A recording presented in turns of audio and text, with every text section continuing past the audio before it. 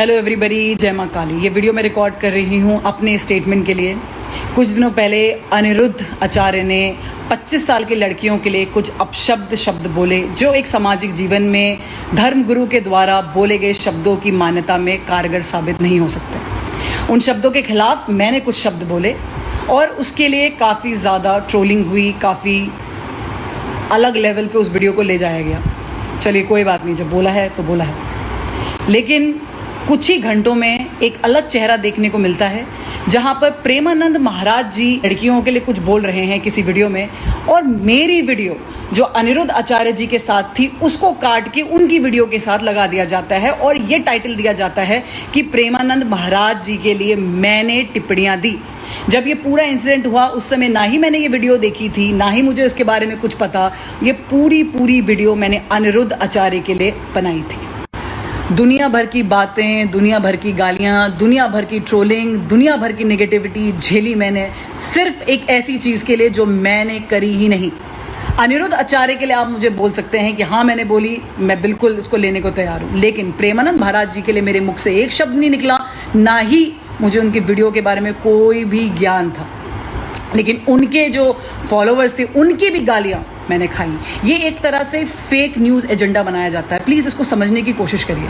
जब किसी पर्टिकुलर चीज़ पे जीत हासिल नहीं होती, अगर मैंने वो कमेंट मारा है तो वहाँ पर मीडिया मुझे सपोर्ट में आ रही है, तो वहाँ पर वो एजेंडा हासिल नहीं हो पा रहा है, तो उस चीज़ को तोड़ने के लिए एक फेक न्यूज़ का agenda, it's called cyber war होता है ना, फौज में साइबर वॉर है। ये एक दूसरी न्यूज़ फैलाई गई जिसमें मेरी इमेज को डाउन किया गया, अननेसेसरी उसको पुल डाउन किया गया ताकि इस न्यूज़ से हमारा ध्यान हट सके, और ऐसे ये पूरा एक चक्रव्यूह रचा गया। लेकिन अब एक चीज़ की हद पार हो गई। हद तब पार हुई जब प्रेमानंद महाराज जी को किसी की फेसबुक में डेथ थ्रेट आई कि भाई जान से मारने की धमकी। अब इस न्यूज़ को चलाएं कैसे, समझ में नहीं आ रहा है ना। तो जो चल रही है उसे में चिपका दो, तो मेरा नाम दोबारा इसमें लिया जा रहा है। बोल रहे हैं पीछे से टीवी वालों का नाम, ऑडियो लगा दी, और उसके बाद फिर प्रेमानंद जी की फोटो लगा दी, फिर मेरी वही लगा दी अनिरुद्ध आचार्य वाली कि भाई इन्होंने बोला है तो ऐसा हो रहा है, समथिंग लाइक दैट। अगेन मुझे उसमें जोड़ा जा रहा है। सो मैं ये खुलेआम इस चीज़ को बोलती हूँ, जहाँ जहाँ जिस बंदे का मेरे को दिख गया अब आज से कि आपने मेरा नाम या बंदी जो भी इसको कर रहा है, शैतान का कोई लिंग नहीं है, जिसमें मुझे पता चल गया कि आपने मेरा नाम अननेसेसरी प्रेमानंद महाराज जी के साथ जोड़ा है, वो भी उनके जो डेथ थ्रेट्स आ रही है उसमें जोड़ा जा रहा है, मैं इतना सीरियस लीगल एक्शंस लेने वाली हूँ आपके खिलाफ कि आप भी सोचेंगे अपने जीवन में कि ऐसा हमने क्यों किया। किसी की भी मॉडेस्टी आप ऐसे तोड़ नहीं सकते। हमेशा याद रखिए, फेक न्यूज़ मत फैलाइए। जिससे कोई लेना देना नहीं है उसके साथ नाम नहीं जोड़ा जाएगा। नाम जोड़ना ही है तो अनिरुद्ध आचार्य के साथ जोड़ो, जिनके लिए मैंने टिप्पणियां करी हैं। उनके साथ मत जोड़ो जिनसे मेरा कोई लेना देना नहीं है, मैंने कोई वीडियो नहीं देखी। मैं फिर आपको बताना चाहती हूँ, जो मेरी ऑडियंस है, प्लीज़ इस वीडियो को शेयर करिए आगे तक, ताकि जितने भी लोग ऐसी वीडियोज़ को देख रहे हैं वहाँ पर रिपोर्ट करिए कि ये फेक न्यूज़ है।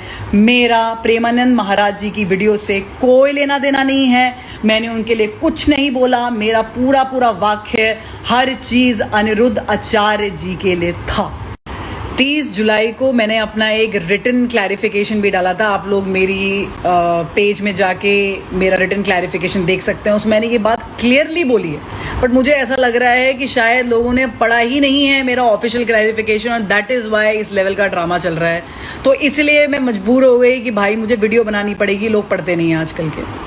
बहुत सारे लोग मुझसे ये भी बोल रहे हैं कि उन्होंने बोला था तो आपको मिर्ची क्यों लग रही है, आप क्यों बोल रहे हैं। सो मुझे मिर्ची इसलिए लग रही है क्योंकि जब आप एक जनरलाइज स्टेटमेंट पास करते हैं और आपके शिविर में जब ऐसी लड़कियां आती हैं, औरतें आती हैं, जब वो सुनती हैं तो ये डीप रूट्स तक ये बात जाती है कि ये नहीं होना चाहिए।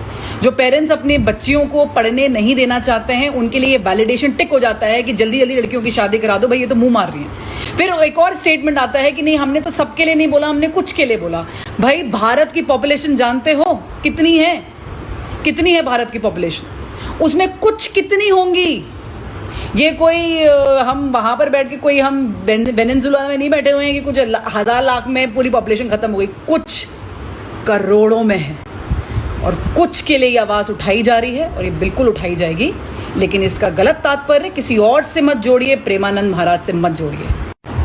फिर इस पे बहुत लोग बोलते हैं कि क्या गलत है अगर लड़की जल्दी टाइम से शादी कर ले, अच्छा ही है ना, घर बस जाएगा, बच्चे पैदा हो जाते हैं टाइम पे, ये सब चीज़ें आती सुनने में आ रही बहुत ज़्यादा।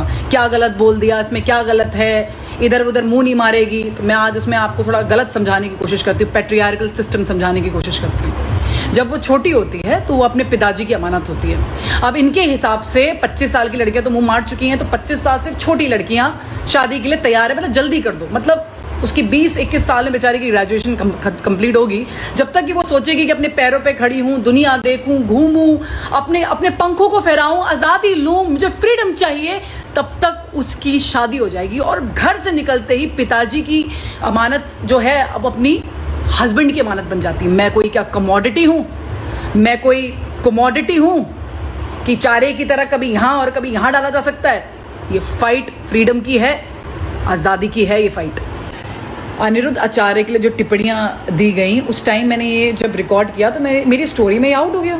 अब स्टोरी तो भाई होती है 24 घंटे की, ये रील में तो थी नहीं, रील में होती तो आप सब लोग उसको देख सकते थे। 24 घंटे में जिसने उस टाइम देखा उसने देखा, बाकी गायब। इसीलिए इसका इतना ज़्यादा मिसयूज़ हो गया। इस वीडियो को काट काट के जब उनका मैंने नाम आगे लिया, अनिरुद्ध आचार्य बोला जब मैंने, जहाँ पर वो काट दिया, मुंह मारने वाला डाल दिया, उसके आगे वाला डाल दिया, ऐसे कर कर करके एक बहुत बड़ा प्रोपोगेंडा फैलाया गया। सो मैं उन सब से बोलना चाहती हूँ जो अलग अलग चैनल्स में काम कर रहे हैं, जो ये इन्फॉर्मेशन को मीडिया में बार बार आउट कर रहे हैं, थोड़ा सा अपने अंदर डिग्निटी को रखिए। अगर आपके अंदर इंसानियत है, अगर आप सच की तरफ जाना चाहते हैं, भले ही किसी ने कुछ भी, मैं बोलूँ ना, जो बोला है बोलो, जो बोला है भाई बोलो, लेकिन सच का साथ दीजिए। जो सच है वो बताइए, झूठ नहीं। याद रखिए इनके लीगल रिपरकेशंस हैं। उस वीडियो में एक शब्द नामर्द मैंने बोला है काफ़ी, कि जो फॉलोअर्स हैं वो ऐसे हैं करके, उन चीज़ों में काफ़ी लोगों को वो चीज़ पसंद नहीं आई। रक्षाबंधन आ रहा है, तुम्हारी बहनें हैं जो शिविर में जाती हैं, तुम्हारी छोटी बहनें होंगी, तुम्हारी बड़ी बहनें होंगी, है ना, जिनके अपने सपने हैं, जैसे तुम्हारे हैं। जैसे तुम्हें ज़िंदा रहने महसूस होना चाहिए, मैं ज़िंदा हूँ, मैं नौकरी में कुछ अच्छा करूँगा, मैं अपने घर वालों के लिए कुछ अच्छा करके दिखा सकता हूँ, मैं देश के लिए कुछ अच्छा कर सकता हूँ। ऐसे तुम्हारे बहनों के अंदर भी वो सेम है। रक्षाबंधन में इस बार उनको ये मत बोलना कि बहन मैं आपको प्रोटेक्शन दूंगा बाहर किसी गंदे आदमी से। उनको ये बोलना, बहन मैं घर के अंदर तुम्हारे लिए खड़ा हूँगा। और अगर आप अपनी बहनों के लिए खड़े नहीं हो सकते तो आप कैसे आदमी हैं, इसका अनुमान आप खुद लगा सकते हैं। हर चीज़ को नेगेटिव सेंस में मत लीजिए, हर चीज़ को नकारात्मक सोच में मत लेके जाइए। इसका सिर्फ तात्पर्य इतना था कि अगर आप अपनी खुद की बहनों, अपनी बेटियों, अपनी माँओं का सपोर्ट नहीं कर सकते आप, तो आप मर्द कहलाने लायक नहीं है। और अगर कोई उनके सपनों को खींचना चाहता है, उनके परों को काटना चाहता है, तो आपको अपनी बहनें, अपनी माँओं, अपनी पत्नियों का साथ देना है। इस कंटेक्स्ट में बोला गया है। हर चीज़ को घुमाने की और नेगेटिविटी फैलाने की कोई ज़रूरत नहीं। मेरे लिव इन रिलेशनशिप वाले वाक्य पे भी काफ़ी लोगों ने बहुत सारी चर्चाएं करी। तो मैं आपको एक बात बताना चाहती हूँ भाई, कि हमारा संविधान, भारत का constitution, article number 21, fundamental rights to life and personal liberty, इसका मतलब है मौलिक अधिकार, राइट टू लाइफ, जीवन जीने का, और पर्सनल मतलब अपनी आज़ादी का राइट, लॉन्ग टर्म को हैबिटेशन मतलब लिव इन रिलेशनशिप को मान्यता देता है। ये मैं नहीं बोल रही हूँ, ये मेरे विचार नहीं है, ये मैं नहीं हूँ, ये मेरे देश का संविधान बोलता है। अगर आपको परेशानी है तो आप मेरे पास क्यों आ रहे हो? मुझे तो ये समझ में नहीं आ रहा है कि जैसे कि मैं कोई मोर्चा खड़ा करके घूम रही हूँ, झंडा लगा दिया मैंने कि भाई मैं लिव इन को फैला रही हूँ। भैया ये बना बनाया रूल है, जैसे कि ट्रैफिक के रूल होते हैं कि लाल बत्ती देख के रुकना है, ये रूल है, ये इलीगल नहीं है इस देश में, ये क्रिमिनल नहीं है इस देश में। अगर आपको परेशानी है तो आप जाके बिल्कुल सुप्रीम कोर्ट में जाके चैलेंज करिए ना उनके डिसीजंस को, जाइए लिटिगेशन भरिए। इतना पर्सनल अटैक कर रहे थे, जैसे लग रहा था कि मैं ही हूँ जिसने कॉन्स्टिट्यूशन लिखा, मैं ही लॉ मेकर हूँ, मैं लॉ मेकर हूँ, मैं इस देश के लॉ बना रही हूँ। जिसने बनाया उनसे बात करिए। दूसरा, मुझे ऐसा लगा कि हर चीज़ को, मैं आपको जब कमेंट पढ़ी थी, बहुत ही ज़्यादा शोषण वाले कमेंट्स थे, रेपिस्ट वाले कमेंट थे, बहुत ही ज़्यादा दर्दनाक, जिसे बोलते हैं ना सेक्सुअल कमेंट थे, बहुत ज़्यादा, जिसे कहते हैं ना स्लट शेमिंग जिसको बोलते हैं, वैसे कमेंट्स थे। किस टाइप का इंसान इस टाइप के कमेंट कर सकता है? किस टाइप का कर सकता है? सोचो, जो दिन भर बैठ के ये देखता है, ये सिर्फ वही कर सकता है।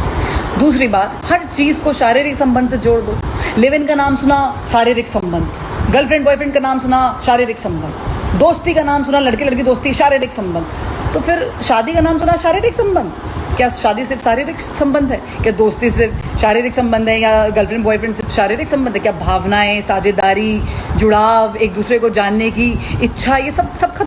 तो जाते जाते बस मैं इतना ही कहना चाहूँगी, जो मेरी लड़कियाँ हैं ना, स्पेशली 25 साल से नीचे की लड़कियां जो है, जो फॉर्मेटिव एज होती है बहुत ज़्यादा, जब बच्चा मैच्योर नहीं होता, चाहे लड़का हो या लड़की हो, they very much dependent on their parents for everything, for education, for money.